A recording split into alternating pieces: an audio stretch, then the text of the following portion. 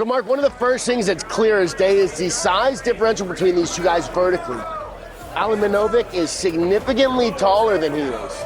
And I'd like to see him use his straight punches. And we're going to see the brawler obviously trying to get in and brawl with the more technical fighter. With a thick corner in his corner, he has former UFC fighter Matt Arroyo, current UFC fighter Billy Quarantillo, and they told me that Dino Alimanovic is a breathing coach and a fitness trainer known to be very relaxed and calm. The complete opposite of what we're seeing from the brawler, that is Ramirez. Right, and as you're mentioning with it, when the guy's going in and being as high energy output as we're seeing Ramirez thus far, is you can go through your gas tank significantly faster than you realize, particularly when you're under the bright lights. Not that we're seeing Ramirez slow down yet, but it's something that I think is worth keeping an eye on. Alimanovic's pretty much just chilling right now. He has an overhook and he's leaning a lot of weight on Ramirez. Ramirez is expending gas and not making any progress really as a result of the gas being spent. And this is Dino Alimanovic's very first walk as a mixed martial artist, making his debut, whereas Ramirez making his sixth walk as a mixed martial artist. So a little bit of an experience difference here to go along with the size difference. 100%, and I don't care what anybody says, getting under the bright lights is different than sparring in the gym. The first time you make that walk, the first time you cut weight, it's all a different experience. So having that extra experience definitely is a huge advantage. Brutal knees here by Dino. Those have got to be hurt. He's just locking up that tie clinch, landing big shots. Those have got to be wearing it down. Yeah, those are going to be huge money in the bank if he's able to continue to land those. Another thing worth noting, he easily got into that clinch, and Ramirez spent a lot to try and get out of it. If I were Dino, I'd be trying to separate, tie clinch, knee, separate, tie clinch, knee. The one thing that Dino knows, though, is he's relatively safe here with Ramirez. Ramirez is not unloading any big shots or really committing too much to a takedown. So it's rest time that, in my opinion, Ramirez is expending energy and not getting any further ahead while Dino's chilling. And that chilling now is going to allow him to have a much bigger output later on when Ramirez doesn't have the gas tank to do the same. Now he's actually committing to takedowns. This is what he needs to be doing against the cage. You can hear Dino's corner saying he's tired, and I 100% agree. Dino needs to start pumping his jab out. While those hands are low, just touch him with a jab. Touch him with a jab. Touch him with a jab. And those low kicks, I think, are going to be great. Oh, that lands big. Ramirez answers back. And immediately Ramirez gets in and tries to close the distance. What Dino needs to do is continue to pick his shots like that, cut angles and back out so that he doesn't get wrapped up again the next time that he damages Ramirez. And Ramirez really needs to keep his hands up because he was wide open for that head kick. It's because he's expending so much energy in here trying to grab and hold on where he's not actually shooting in and committing to the takedown. He's reaching for things. And as a result, he's going to be spending a lot of the energy that his arms have. And when you can't hold your arms up, you're going to start taking shots to the head. And obviously the left high kick is what we saw him get that knockdown in the first round with. I bet we'll see more of that. I'd like to see the straight punches, though. Ramirez may not have edged the last round, but he's a man of 1,000 hearts in that cage. So if I were Dino, I'd almost kick back. Ramirez comes out hot in the beginning of each round and spends a lot of his energy early on in the round. I would almost just avoid him for the first 20 seconds, not even trying to clinch him. Just let him spend his energy, and then once he slows down, start picking him apart with straight attacks. Because even here, Ramirez's hands are really low, and this is why he ate that big shot in the head in the first round. Dino Alimanovic making his debut. We're going to see another left high kick. Fighting out of Gracie, Tampa South by way of Bosnia. Ramirez from New Egypt, New Jersey. I think we're going to see Dino continue to move away like this, pump the jab out to keep him just beyond jab range, and then land another big left head kick hidden behind that jab. Ramirez telegraphing those big wind-up punches, and that's going to be opportunity for Dino if Dino times it.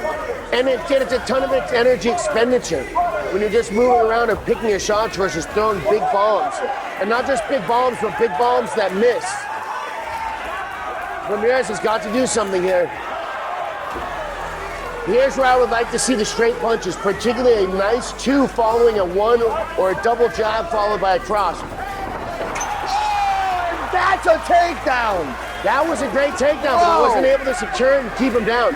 Ramirez immediately got back up, and now he's in the opposite position where Ramirez has been for the majority of the first two rounds. Back against the cage. The thing is, you can see how Dino's posture's broken. Being down like that's an extremely uncomfortable spot where you're weak. You can't do a whole lot.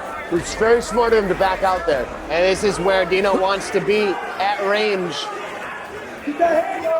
Exactly, at this long range, just beyond jab range. Right here is kick range for him. And this is not where Rogers Ramirez does not want to hang out here for too long either. I agree 100%. He should be a little bit more back or a little bit more in. But he seems comfortable right here, just the beginning of kick range, and I think that it's going to be very dangerous for him if Dino goes back to those head kicks. Good takedown defense by Ramirez. Dino needs to separate here. You saw his posture's getting broken. He needs to drive his forehead into the guy's chin, almost like he's a unicorn horn. That's the way you're going to get good head position on a guy against the cage there. But Dino needs to separate. He doesn't want to be doing this grappling game. He needs to be here, picking his straight shots, landing on his opponent whose hands are down, throwing wildly. All he needs to do is move around and pick his shots. And if Ramirez keeps moving his head off like that, then you blast the legs.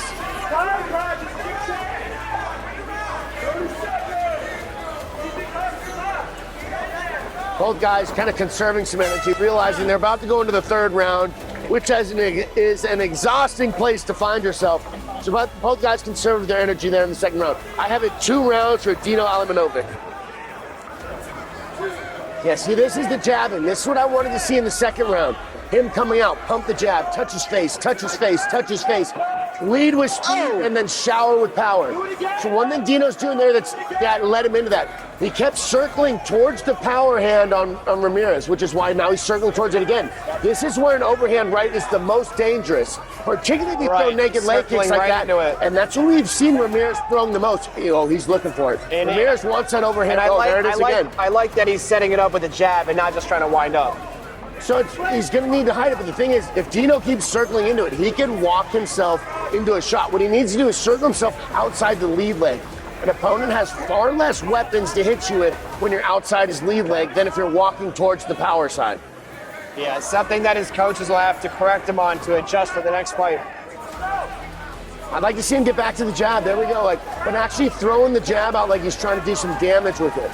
And I'd like to see him go back to the head kick as well. That left head kick was doing wonders for him. He got a knockdown in the first round with it. I'm surprised that we haven't seen him go back to it. Even a leg kick here, right leg kick. Because Ramirez is kind of following him around. He's able to cut angles. And Ramirez is waiting for that overhand right again.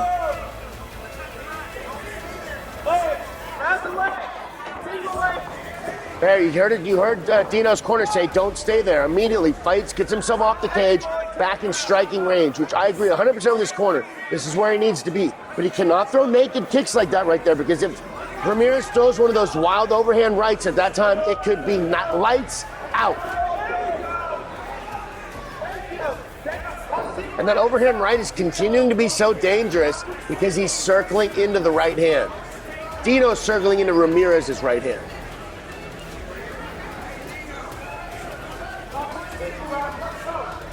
So both guys are pretty tired. We're in the third round. We don't really see Ramirez again committing to a takedown attempt. He's kind of holding his opponent against the cage and grinding a little bit on him. I'd like to see him drop for some hips, try and suck the hips. There we go, at least some commitment into a takedown. If he can drop his hands and clasp his hands around Dino's hips, he might be able to drag him out or get under him or lift him and get a takedown here against the cage. But as long as he's just pressing and grinding like this, he's not getting anywhere. He has control, but he's not damaging and he's not advancing position. Both these guys are exhausted too. Going into the third round is tough.